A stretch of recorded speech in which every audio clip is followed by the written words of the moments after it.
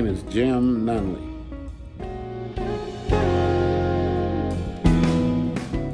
I am originally from Columbia, Missouri. I came to Kansas City about 50 years ago.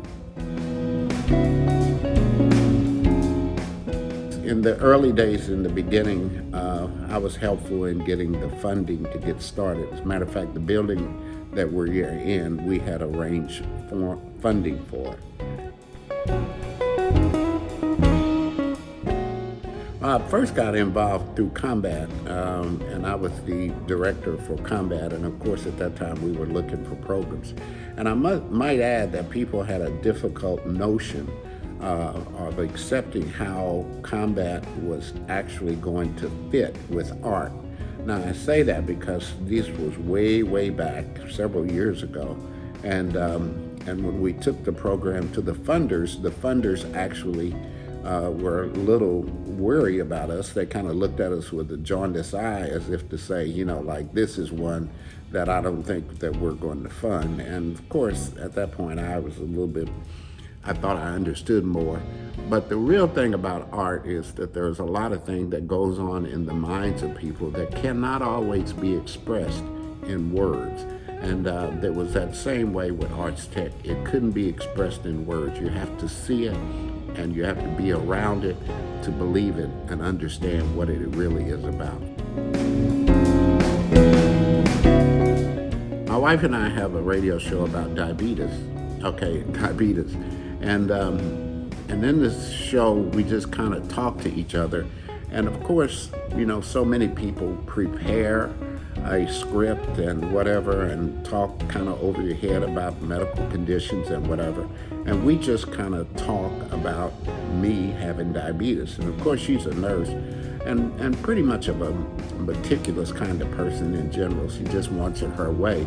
And so I'm kind of her project in being able to deal with this diabetes. I never know whether I'm an incarcerated husband or whether I'm a person of interest to her, but maybe it's not for me, but I can only say that I started out with a A1C, which is what diabetics know as really having severe diabetes, and today I have an A1C of 5, and it's all because of how she has handled it. But you cannot handle diabetes alone. You have to have help. But now, sometimes she gets a little confused. She forgets it's me that has the final decision. But all in all, she's been a very decent, very strong partner in overcoming diabetes. And the doctors and everybody else is very pleased with how I've handled diabetes. But I have to give more than half of the credit to her. I've learned that what teamwork can do. Teamwork can really turn things out. And they have a system of teamwork here that is unknown and unduplicated throughout this whole Kansas City. What Arts Tech as an institution has been able to do is to take social unrest or discomfort and turn it into an artist kind of an atmosphere and let young people express themselves.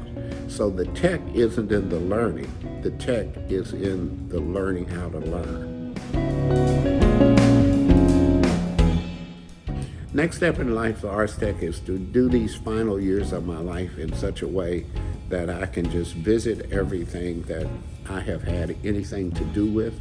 Currently, I'm writing my granddaughter almost every day about her life that she didn't know before she was born. And I know she gets a little wore out, but the next step for me is to make sure I record everything so that I can leave something behind. And what I want to leave behind is my life. And Arts Tech has helped me do that. I don't know if I want to be a superhero. I think I want to be super, but I don't want to be a hero. And if there's any language that I try to convey to others, and especially to young people, is to always be yourself, and to be yourself, and then don't be afraid to be yourself, and don't be afraid to believe or say what you think. And of course, that's kind of an artist's way of dealing with things, because artists kind of, whatever you might think, they put it on that canvas or put it where you can see it or sing it or whatever. I'm an artist deep down. So if there's a super part of me, it would be the hidden artistic part that I not only value, but I try to emulate. Well, the funniest thing I've ever done was get married.